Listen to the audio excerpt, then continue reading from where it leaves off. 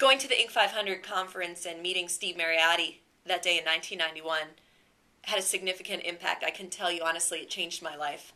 My father escaped from Hungary, and when he was a little boy, after the Holocaust, my grandfather had opened a little store, a haberdashery, to help people get their lives back together after World War II.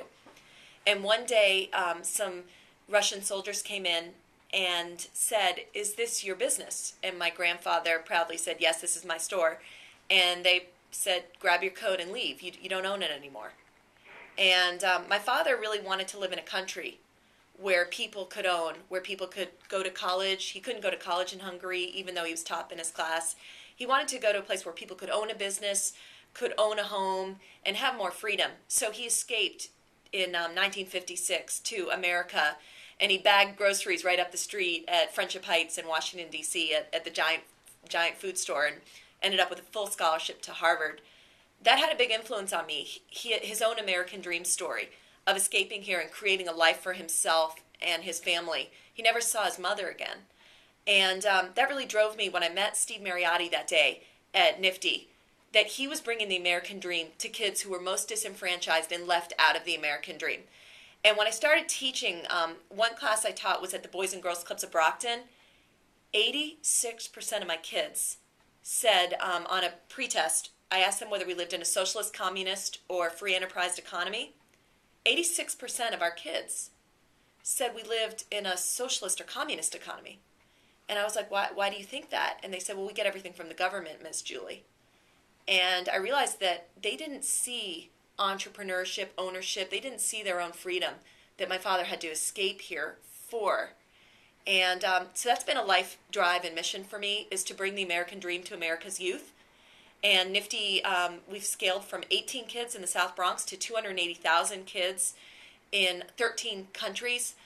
But there are very few school systems in America that really require that we bring in business training, financial literacy, entrepreneurial literacy. So that's really my mission now, is how are we going to scale entrepreneurship education, especially for low-income youth? And when we look at, like here in Washington, D.C., unemployment rates at 9.7%, they're 3% a mile from here in Arlington, and they're 27% in Anacostia, Ward 7 and 8. If you do not have a college education, your chances of success are very slim. And so we're building a Pathway to Prosperity initiative at NIFTY, where we want students to get into the program in middle school before they drop out of school, understand that school is relevant to their economic futures, understand that whether they decide to work for themselves or someone else, it doesn't matter, as long as they understand the entrepreneurial mindset and know they have options in life. Because the average American is going to have about 14 jobs by the age of 38. You need an entrepreneurial mindset. I feel very strongly about this. You need to have an entrepreneurial mindset just to make it. And to be able to compete in this economy and compete globally, it's really, really crucial. And that's what NIFTY brings on a high school level and now on a middle school level. And we're building partnerships with universities.